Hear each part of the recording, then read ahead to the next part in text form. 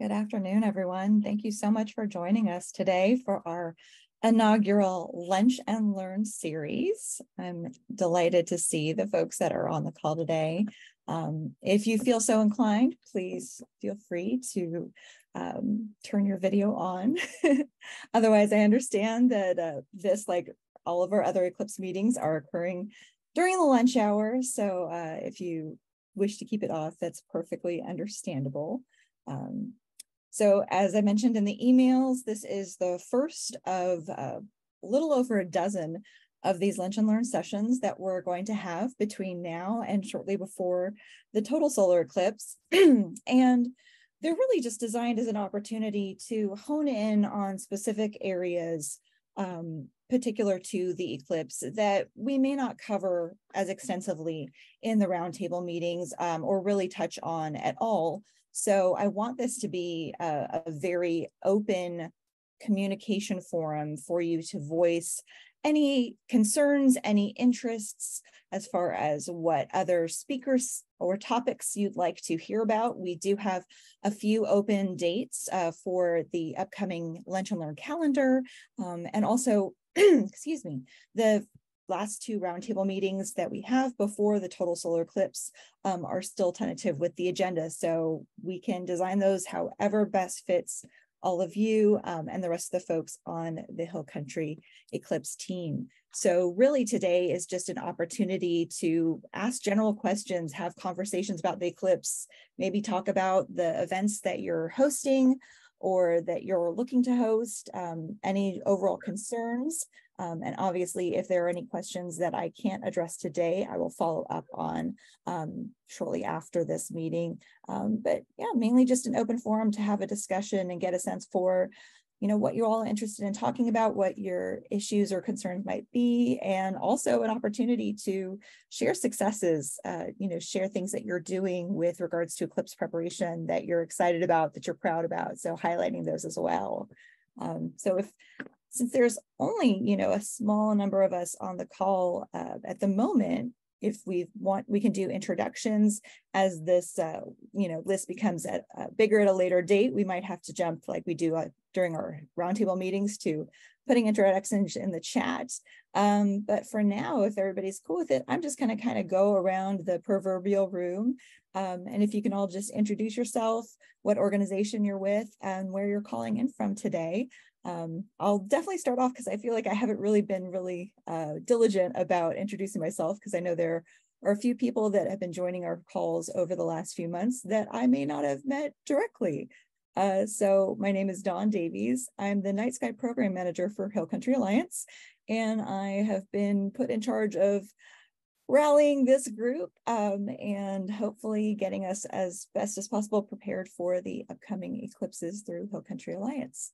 And I'm going to go through just as things pop up on my screen and start with this wonderful woman representing the Kerrville Folk Festival Foundation. Hi, y'all. I'm Deb Rouse. I'm the Executive Director of the Kerrville Folk Foundation. In addition to our Fall Festival, which will take place during the annular eclipse, we are planning our Carclipse event, which will be music over that eclipse weekend in April.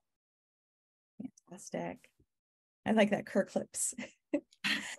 We actually grabbed that web domain in 2017 after the last eclipse because so many of our people were excited about it. That's brilliant. Justine. Hi, everyone. Hi, Dawn. My name's Justine Keys. I'm with the Shield Ranch Foundation. We're in Travis County. We're a piece of preserved land where we have an off-grid nature immersion campsite. And we just opened our facilities in this past fall, and we're starting to host programming. Prior to that, the land has been owned by the same family since the 1930s, but we're wanting to, and we host educational programs for youth and adults, and have had Dawn out leading night sky education, and we don't have a plan for the eclipse actually. So I would like to make one. So that's why I'm here. Good reason. Marianne.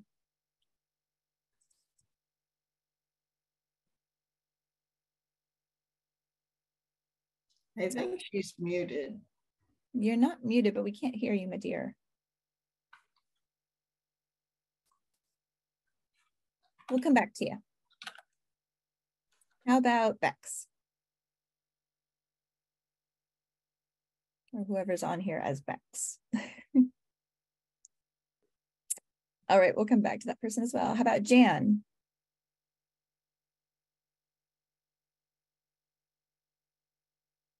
All right. I am also probably calling on you when you have food in your mouth. I've worked in the food industry, so that's unfortunately a hazard of the job. Amanda.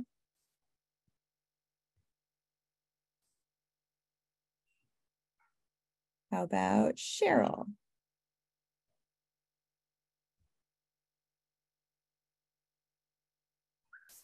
How about whoever wants to introduce themselves can just unmute and chime in. I know there's a few folks on here, okay, that don't have microphones. Perfectly understandable. Feel free to introduce yourself in the chat. And we've got a fair number of folks joining on, so maybe we should just move to that format of just introducing yourself in the chat, your name, who you're with, and where you're calling from. Is there anybody in general that's got a burning question, a concern, wants to just kind of kick off the conversation for today? Hi, Dawn. This is Linda Highwood. I'm with the city of Balch Springs. And I figured I haven't started eating yet, so I thought I'd get it out of the way. We are in the epicenter with 4 minutes and 10 seconds of complete darkness. So really excited to be here learning. You know, we're still formatting our event, so just kind of learning what it is that we are going to do. So I'm really thankful to be here. Glad you could join us. And I'm sorry, where did you say which The town? city of Balch Springs, Dallas County. Oh, fantastic. Mm-hmm. Great.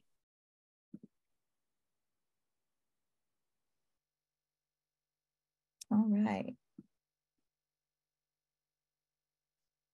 Anyone else want to kick things off with a question or comment or concern, topic of discussion?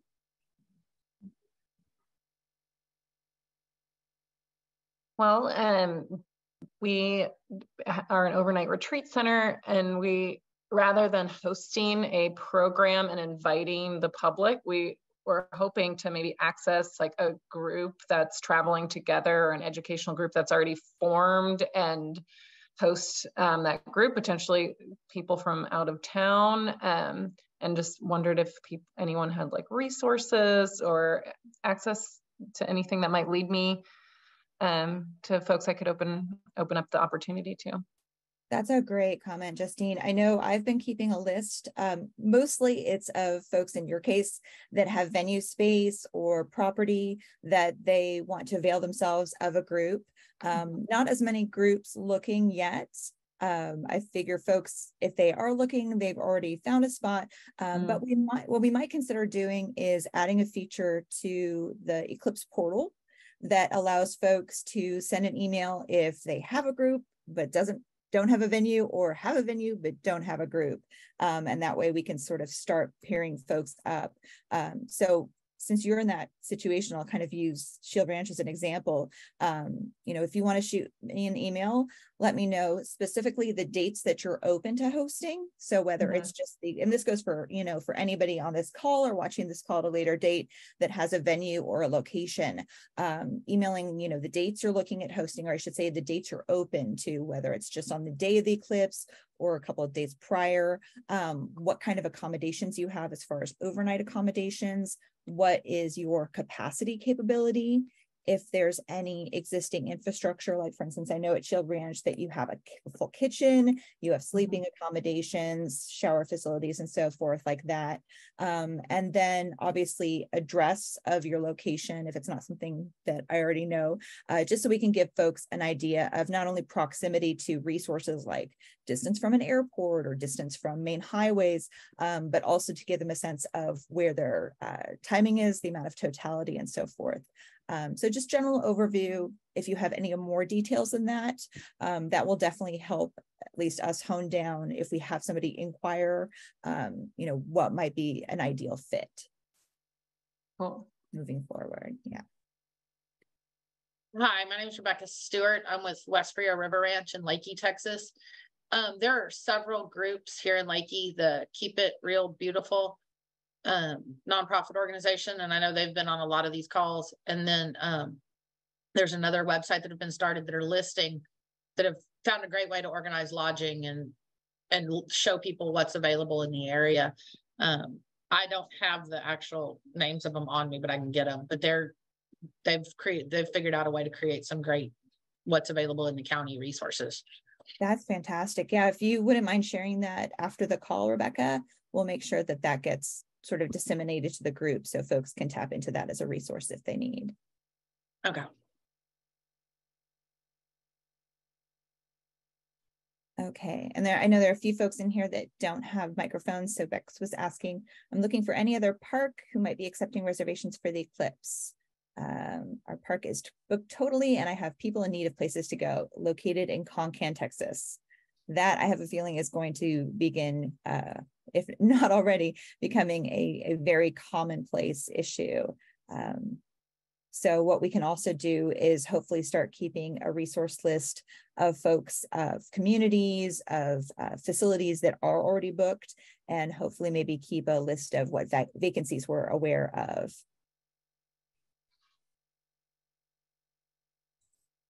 All right. I was just going to hop in really quick. Hi, I'm Spencer. I'm with the governor's office, Travel Texas. I don't want to get ahead of myself, but our office is currently working on our industry website as well as a consumer website for Eclipse FAQs information. So it's still in the works right now, so I don't have any details, but I will be doing a presentation on the 26th. And so that by then I will definitely have an update. So just to kind of put that out there. Fantastic. And this goes for you, Spencer, and anybody else, as I've mentioned on the emails, if you have a community or just general Eclipse related website that you're managing or running and you want to showcase, feel free to send me the link, or you can even put it in the chat and we'll make sure that that gets linked on the Eclipse portal under our partners page as well. Awesome. Mm-hmm. Yes, and don't feel like if you're in the process of developing a website that you have to reinvent the wheel. There is so much information out there that if you're in need of any resources, feel free to reach out. There's also the resources within the American Astronomical Society, Eclipse Task Force. I'm sure among all the groups, we can find you the information you need. So don't feel like you have to create something completely from scratch, because there's a lot of information and data out there.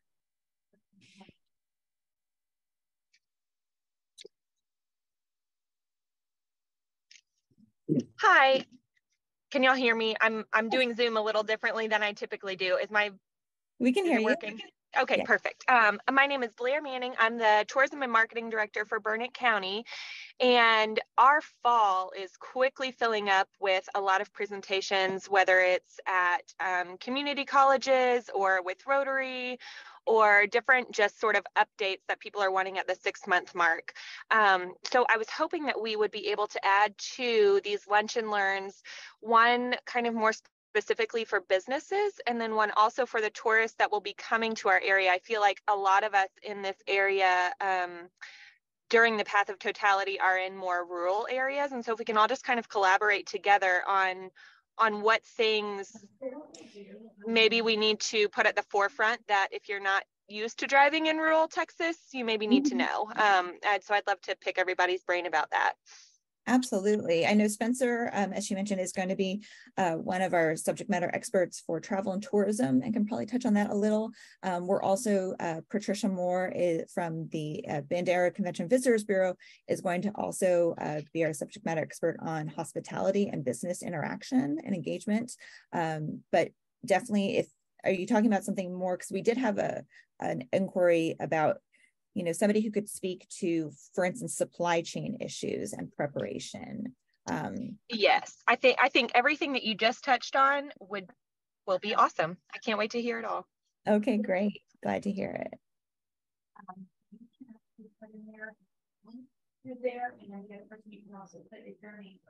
All right, Mark is asking in the chat, has anyone started collecting information from an emergency management perspective?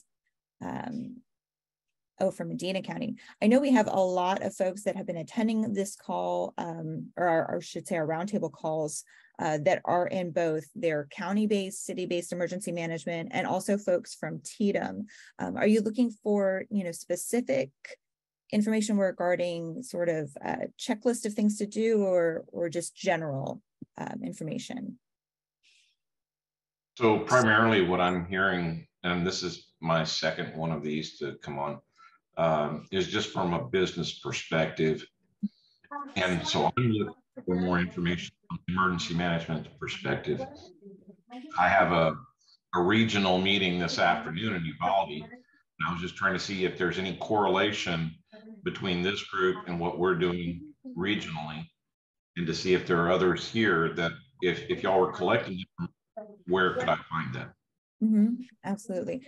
As resources are found and provided, made available, we do try to put them on the Eclipse portal.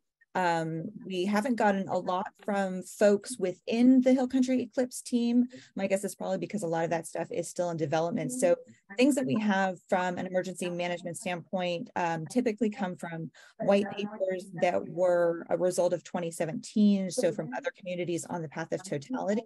I'm currently in the works, trying to round up somebody who could speak as a subject matter expert on the topic of emergency management.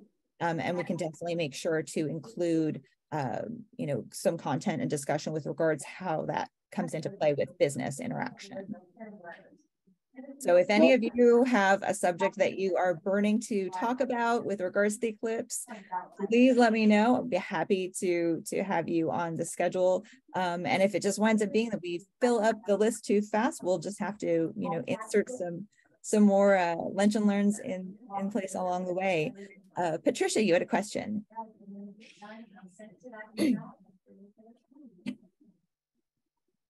Dawn. Yes. This is Jeff of Kendall County. Hi, Jeff. Going back to the emergency management side of it, part of participating here, listening to some of the conversation and discussions about the parks and things that are filling up, we're using that to give us kind of some estimates or expectations of the crowds we can expect. And from a law enforcement emergency management side, how are we going to manage those people, and when do we think they're going to start coming? And we're pretty confident that when it's over, they're going to all leave. They're going to come a little slower than they leave. So, yes, we're planning on how are we going to handle those crowds and that traffic. And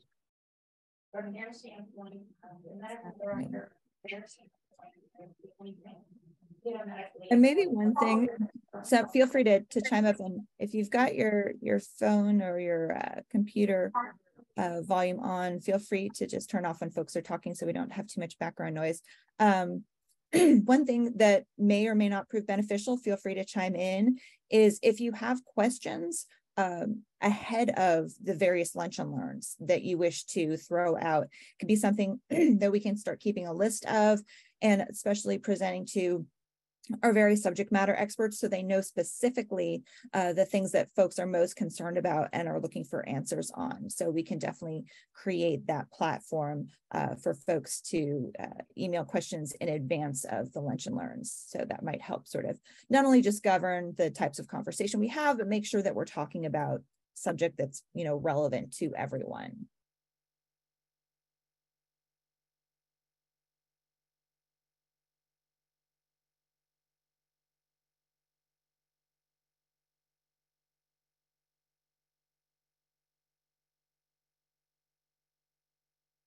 This is your space though, guys. So feel free, like I said, to chime in and talk and ask questions, or I'm gonna just start popcorning. Hi. Hi, I'm Kimberly Culver from Oops, you muted yourself, Kimberly.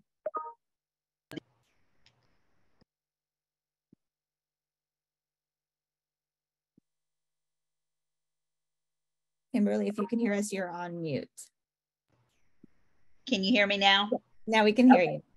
Okay, I'm from the I'm Kimberly Culver from the American Red Cross in the Kerrville office, and we have the same concerns that some of the EMS people are talking about, just being able to if an emergency were to occur during the eclipse, we're concerned about, road blockages and just being able to respond to an event if we need to.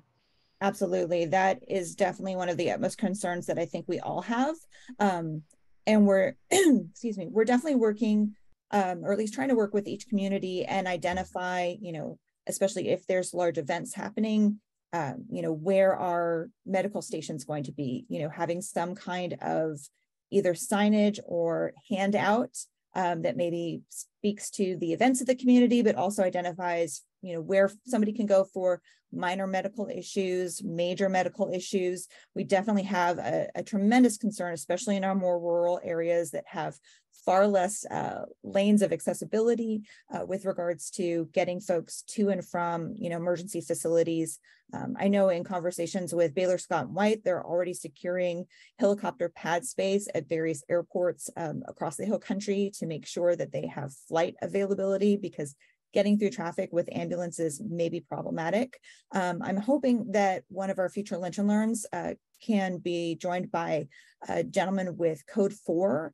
They are actually a specialized event sort of EMS group that focuses on a lot of emergency management issues with large functions. So I'm hoping that they'll be able to really provide some good insight. But for the most part, it's just being able to identify within your community where folks can go. So if you've got a very, high level, large capacity event, making very clear signage of where your, triage might be, or where folks can go if they have heat exhaustion or just general minor medical issues. I think having as much information in advance to folks, having as much printed information is going to be important, because as we're all aware, there's a lot of folks coming into the community for the total solar eclipse, and that's going to be taxing on our cell phone service. And so it's going to be challenging for folks to get on their phone and look up information. So as much data that you can provide with regards to, any kind of EMS stations in advance is ideal. And then also just, as much as possible, getting information out on whether it's your reservations for venues or whether it's your community websites, making folks aware of, what the temperature potentials could be during April. I know I've mentioned on a couple of presentations, I'm originally from the West Coast, and my first April here, it was maybe 85 degrees, but I'm used to 50, and I started getting heat exhaustion. So we're going to have a lot of folks coming into Texas who have either spent very little time here or never been here and don't know what to expect with regards to our weather, our terrain. And so it is a concern, but hopefully we can create a strong enough network of information that folks are as informed as possible.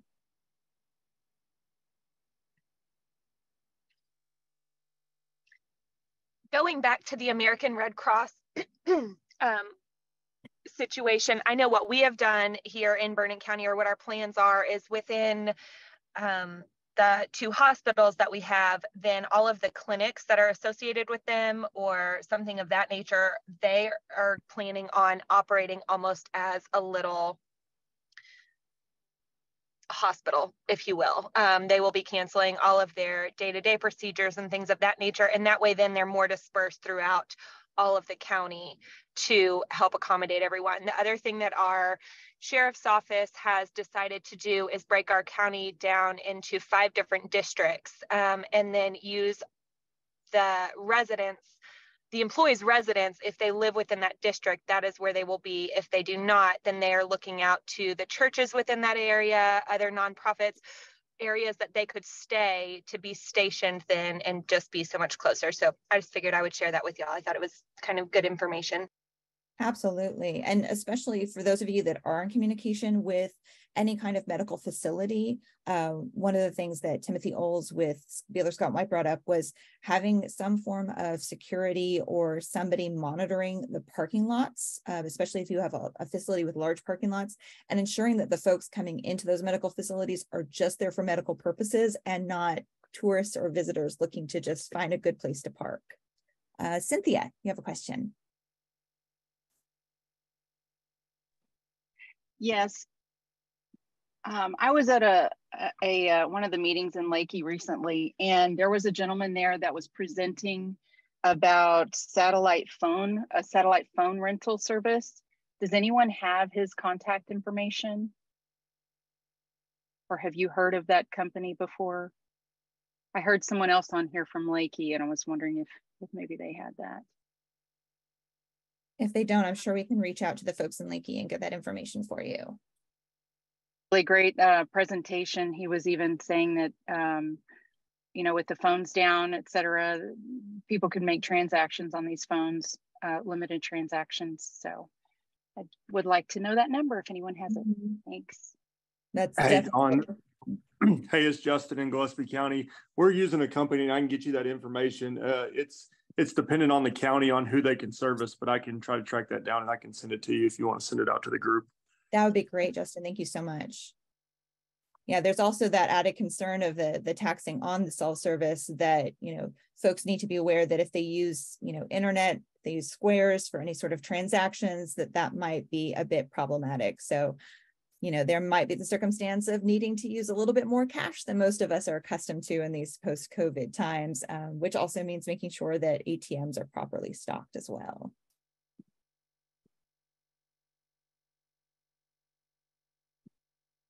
And as I mentioned, you know, this recording will be posted to our Eclipse portal, hopefully in the next day or so after each lunch and learn. And we'll definitely try to also distribute any sort of information following that with regards to questions or outstanding questions that still needed answering. I'll try to include all that information in that email as well.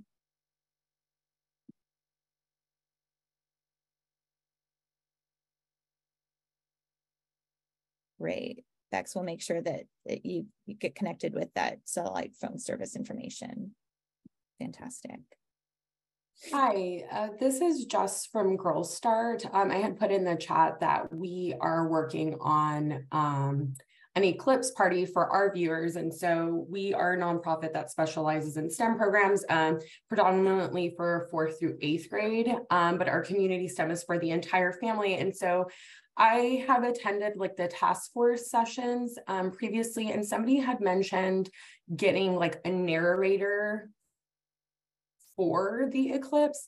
And I was just curious if like anybody knows of anyone who would be like willing to come out. I know that these people might already be booked, or if there's like a kind of resource, a script or something like that, that anybody could just kind of read as the Eclipse is happening, just to inform our participants. Mm-hmm.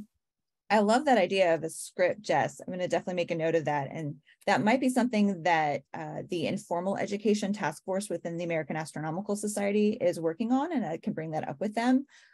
However, just like, you know, we're hoping to help pair venues with groups, we can do the same. I know that you've been connected with the Austin area Eclipse Task Force, and I know that we've got Terry Phillips on here, who's from the Austin Astronomical Society. We do work with a lot of different astronomy groups from around the area and subject matter experts. So we can definitely see about creating a list to connect folks like you with experts that may potentially still be looking for a place to be for the eclipse. Thank you so much. Mm-hmm. So this is Terry. AAS has done a lot of work with Girl Starts. A Girl Start in the last couple of years or several years. So we have members that know you and are motivated to work with you. So why don't you submit a request at contactaas@austinastro.org. And we can see if we have people that are going all over the place, but somebody might be particularly interested in supporting Girl Start. Perfect. And can you just restate that email? It's contactaas at. Let me put it. I'll put it in the chat. In the chat already for you. Oh, perfect. Thank you both. Absolutely. There are also other resources out there, especially if any of you are working with a library or from a library. There is the Solar Eclipse SEAL. It's Solar Eclipse, trying to think what the A stands for, but it is a program that allows libraries to submit and request for assistance with Eclipse education, and also provides a certain number of Eclipse classes. And I'll go ahead and put the chat, solar eclipse activities for libraries. And I'll go ahead and put that in the chat here. I know some of our Hill Country libraries have already signed up and are taking part, but they're still looking to add more libraries to their list and connect folks. It's also a good opportunity to get connected with Eclipse experts in your area as well.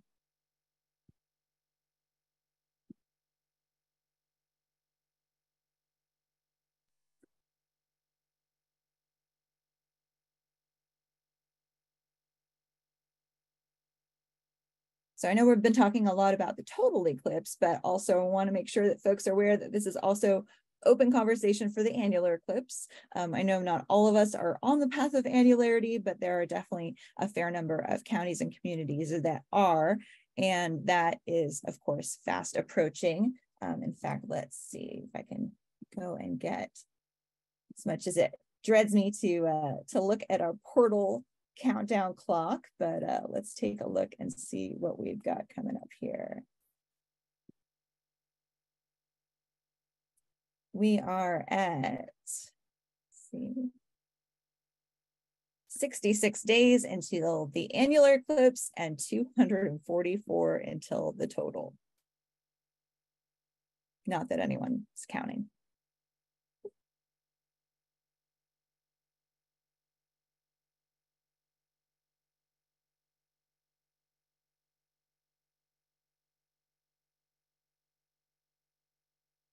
And don't forget that we also have our new calendar that's specific to just Eclipse events in the Hill Country.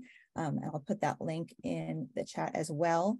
And that is for just posting specific events that are public facing. So events that the public would be invited to or allowed to attend. So not specifically for private task force groups, but any sort of event, whether it's preparatory meetings or pre-eclipse functions, that can all go on our Eclipse calendar page. And that's just a simple form that you would fill out with the general information about your event. I'll go ahead and put that in the chat as well.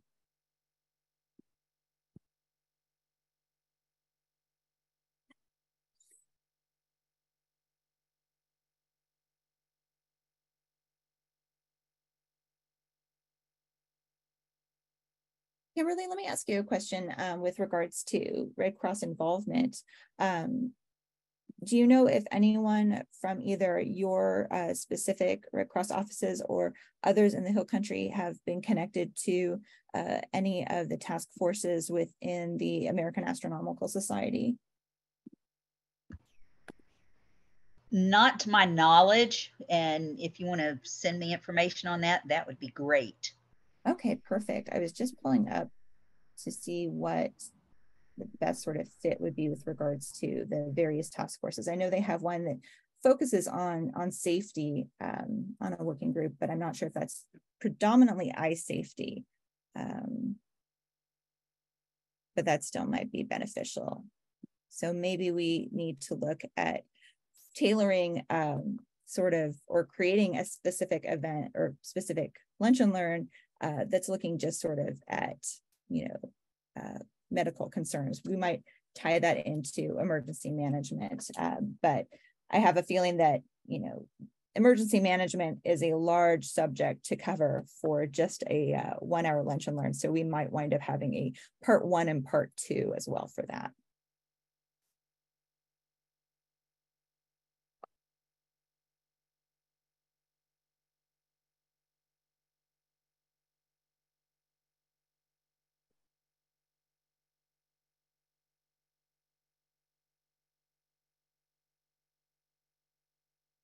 Okay. Dawn? Yes, ma'am. It's Patricia.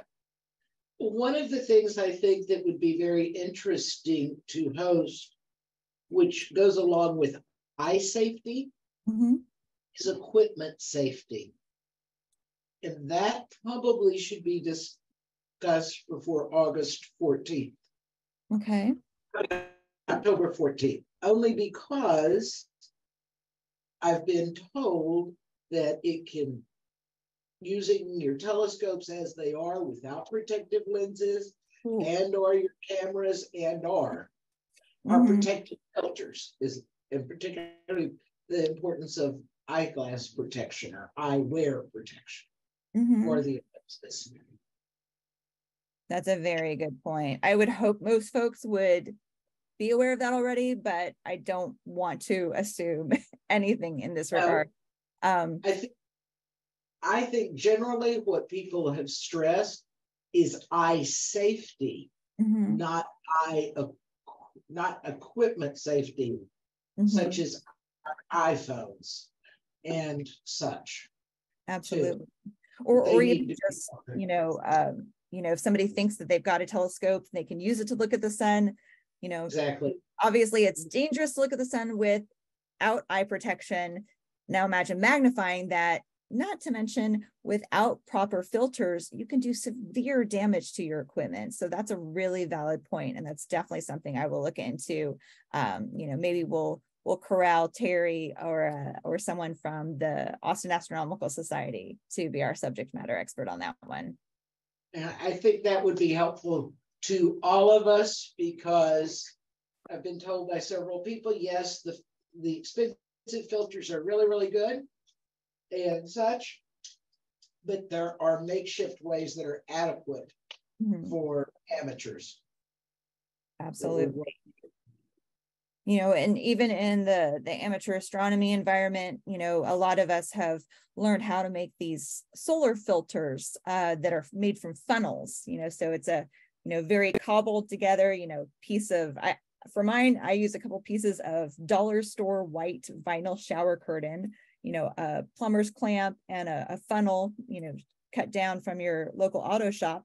But if you use the wrong type of eyepiece or it's not properly secure, again, you can do a lot of damage, and not even beyond damage, you could potentially start a fire. So, that's the last thing we want to be worried about during this eclipse is, any sort of fire issues or fire hazards. So I love that idea. Thank you, Patricia. Don, Karita here with Patricia. I don't know if you can see me. Yes. Hi. Hi. They can also get things to slip over your iPhone paper-like to protect your iPhone and also you. So if people go online, there is a covering that you can put on your iPhone that will actually protect your iPhone, because I don't know about any of you online, but if our phone goes dead or gets burned up, we're kind of lost in this world. That's very true.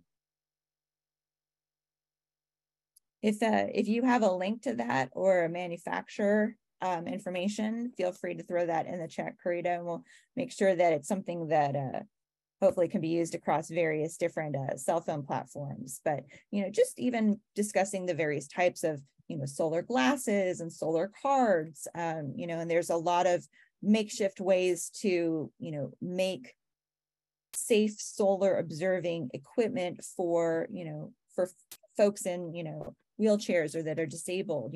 I've seen, different folks making covers that go over pop-up tents.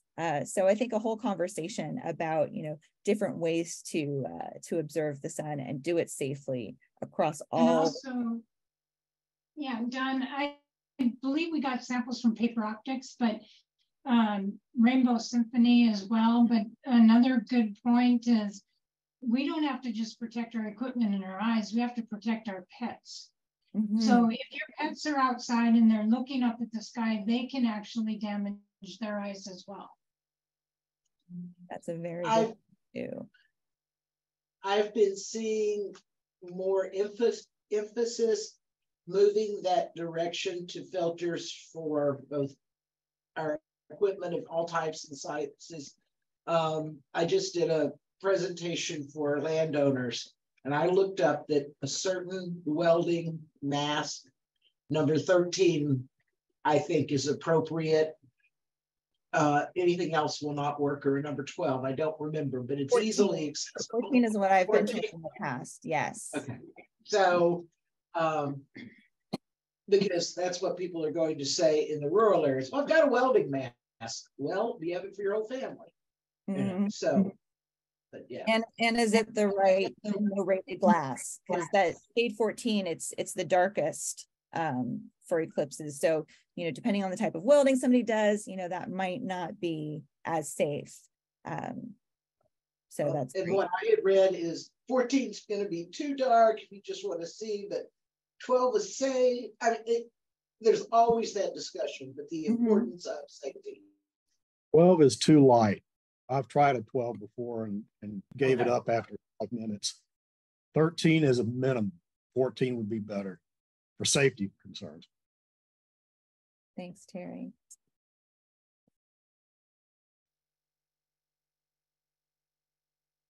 Also, I'm still getting information on how they can be acquired, but I've been told that the Eclipse booklets that have come out for the visually impaired are becoming available.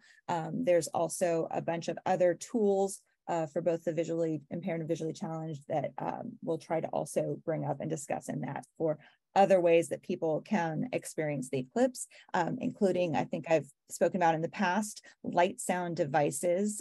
So we'll talk about those as well. So we'll just do a whole lunch and learn on how the various ways, both visually and audibly and tactily, to experience the eclipse. I love it.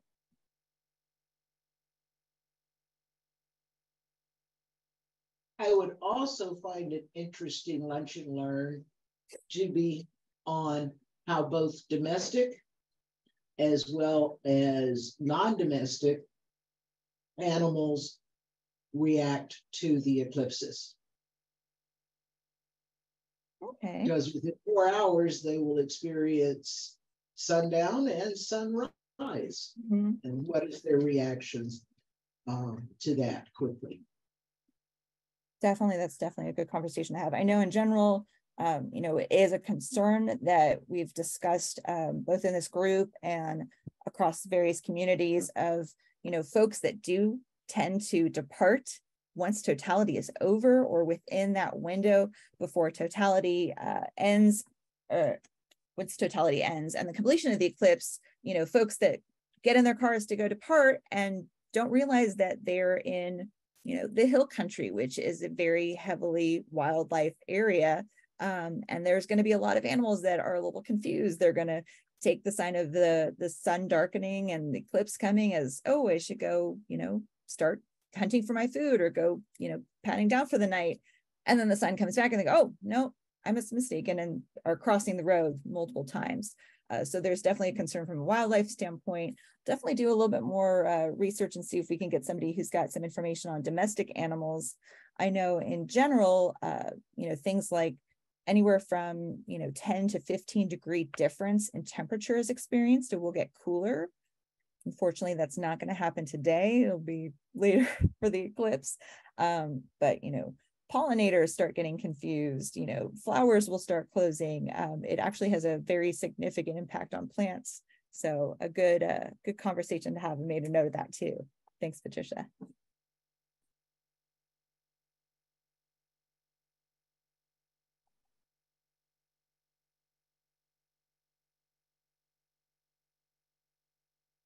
You guys have wonderful ideas. All right. Thanks for putting that information in the chat, Terry.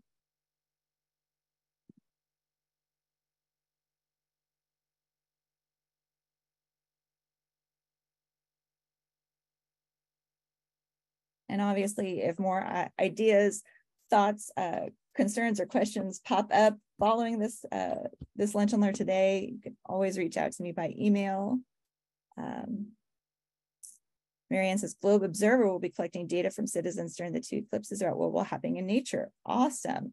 I know that there was a lot of curiosity around how plants react. Very few scientists did a lot of research in 2017. So I know they're using the 2024 eclipse as an opportunity to do the same. And we'll also try to make that information available as far as any folks that want to participate or know folks in their community that want to participate in any citizen science or scientific experiments. Back in 2017, there was Citizen Kate, which was a distribution of solar scopes across the path of totality collecting data. I know we've got NASA and a lot of universities, science groups coming into various communities. I know a lot of them are already set up with their accommodations and their plans. So I'm sure there's going to be a lot of opportunity for folks to participate in an amateur citizen capacity if they wish to.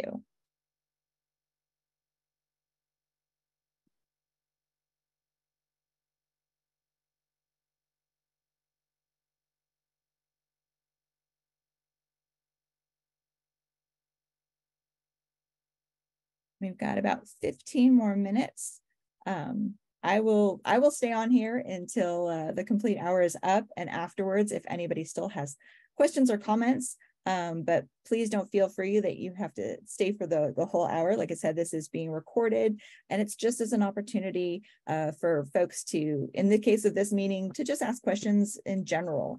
And of course, like you all have been doing wonderfully, giving me perfect ideas of information that you all need and future Lunch and Learn topics.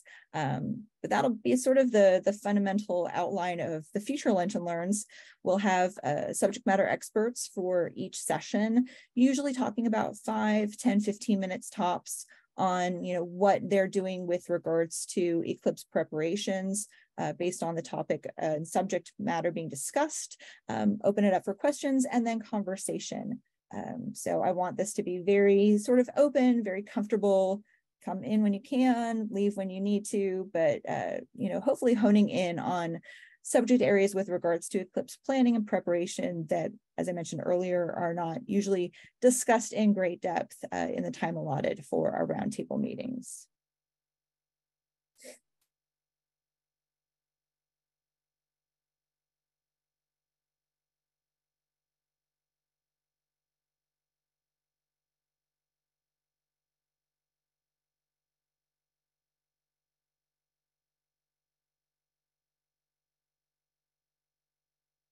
And also, if you're not on the path of annularity in October, but are looking, I know that the Alamo area STEM ecosystem Eclipse group will be soliciting for volunteers to help out at their various events in and around San Antonio. And the same goes for, these communities here. If you're looking for folks' assistance, we can definitely set up some forms of communication for those of us who maybe still need a place to go for the annular event in October. Oh, Terry got great, thanks. So for the person, I think it was Jess from Girl Start who's asking about a script to explain the Eclipse in the field. Terry has put a link in the chat that might have some good leads. Thanks, Terry. Thank you.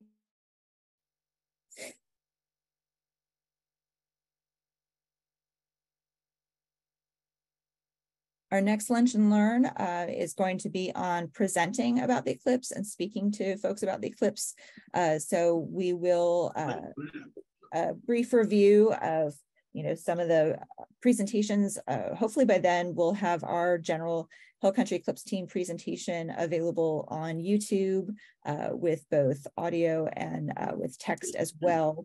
And that'll be a document that we can put with a link to a third-party shared file platform for you all to use at your leisure if you need a presentation. It's got just some general basic Eclipse information. It gives you a space where you can hone down if you want to specifically list timings, and also bullet points and highlights as far as talking points and facts to provide. So we'll be discussing that more at our next Lunch and Learn, which will be 2 Tuesdays from now.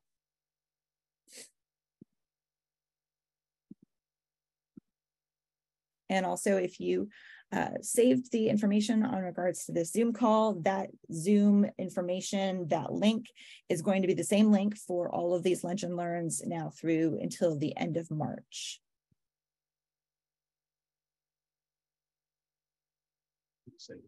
Okay, Regina says, we're not on the path of the annular. However, we feel there may be possibility of more travelers coming through town heading to their destination. That is very true.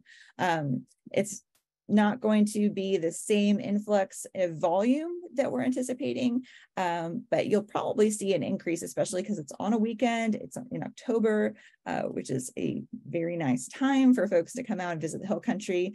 I have a feeling a lot of folks that are traveling here for the total eclipse will be using that annular eclipse as an opportunity to kind of test the field and come out at that time before coming out 6 months later. So you're probably going to see an increase in traffic, but it's not going to be nearly as large as we're anticipating. It'd probably be a lot of astronomy enthusiasts, eclipse enthusiasts, folks who, again, are planning for being here for the total, and probably some last minute scragglers who wake up on Saturday morning, October 14th, and go, oh, there's an annular eclipse. I need to drive somewhere to go see it. Anybody else have any thoughts on how you're preparing your community for that event?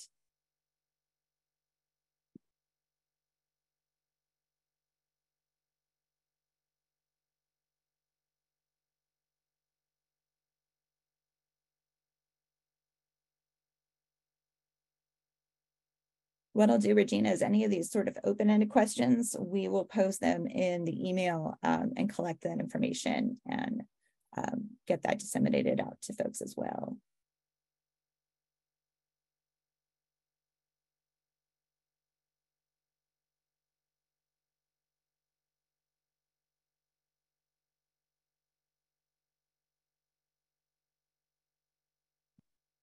We're also still collecting a list of school district closures, and those school districts that are not planning on closing. We'll have that document hopefully up on the Eclipse portal in the next couple of days, along with a list of, excuse me, along with hopefully just a general FAQ information that we'll add to it. So as questions come up, we'll include those with the answers on the FAQ document. We're also going to be adding, thanks Megan, we're also going to be adding a literature list as well for both adult and youth books that are specific to Eclipse learning. A fair amount of the books, which I've already identified, are already in some of the Hill Country Library stock. All right, I will definitely make a note. Marble Falls ISD closed on Eclipse Day. Thank you.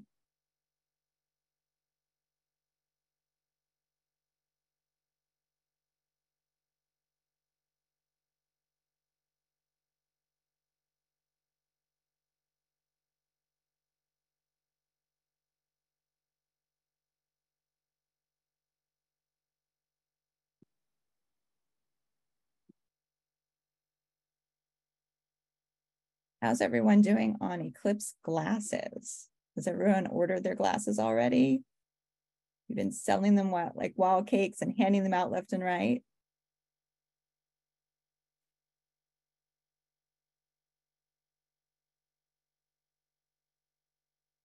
I do know that a few of the vendors that we've mentioned in the past, especially the American Solar Eclipse Company, they are still taking orders, but there have been a lot of articles circulating about the supply chain getting low. So if you have not yet placed your order for Eclipse glasses and you plan on having them, I highly recommend you do it as soon as possible. It's only going to get harder and harder to get them. It's only going to take longer to get them. And it's probably going to get a little bit more expensive as we get closer to both the annular and the total eclipse. We will hopefully be coming up with a plan, not only for any communities that are in need of it, with how to hopefully, get back Eclipse glasses from October events. If you're having a function and you anticipate handing them out, coming up with a process by which you can reclaim those and redistribute them.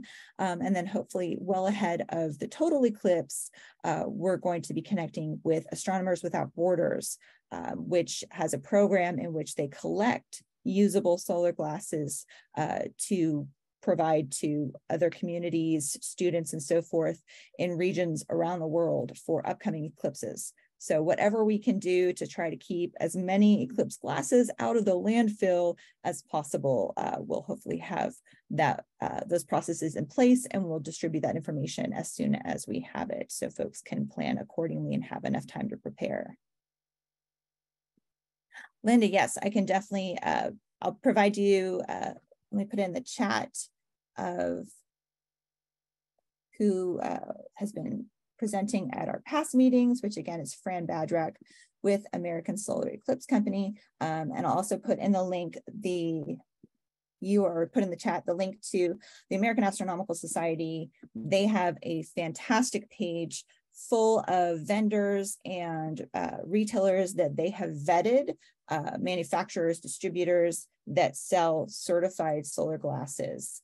We want to make sure that nobody is caught in the same situation as occurred in 2017, where folks were ordering them on Amazon and other various fly-by-night shops, and they wound up not being certified and potentially very dangerous. So I've gone ahead, that link to the American Astronomical Society URL is in the chat, and I will get the URL for American Solar Eclipse Company. A lot of these you should still have time if you're looking to do or have solar glasses that are custom made. But like I said, the quicker you get them now, the less expensive and the faster they'll get to you.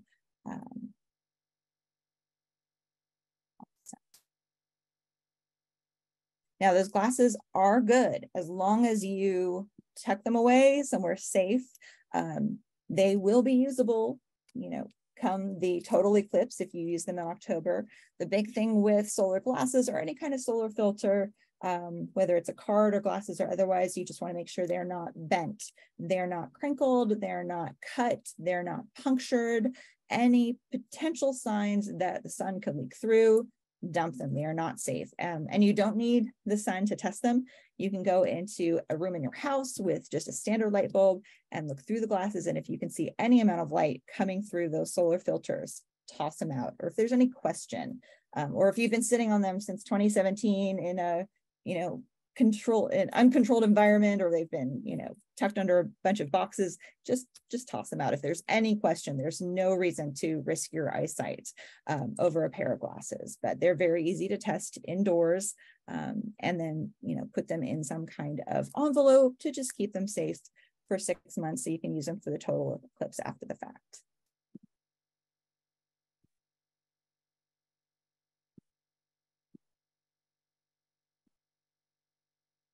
All right, we've got just a few minutes left.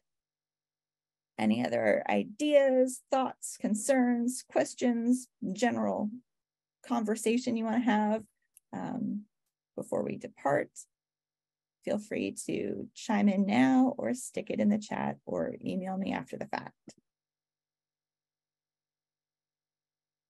Like I said, I will stick around for anybody else that still remains on the call beyond 1 o'clock. And at least be as available as folks need.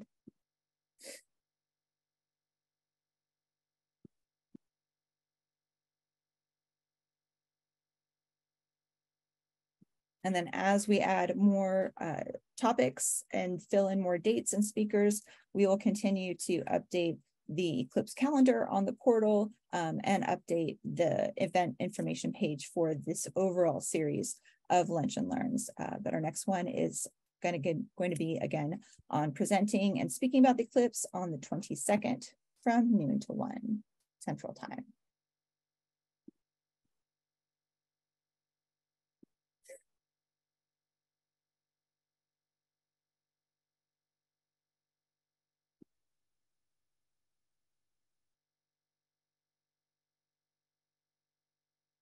All right. Well, thank you all for being here for our first kickoff session of our Lunch and Learn series. Stay cool as much as humanly possible, and we'll see you in 2 weeks.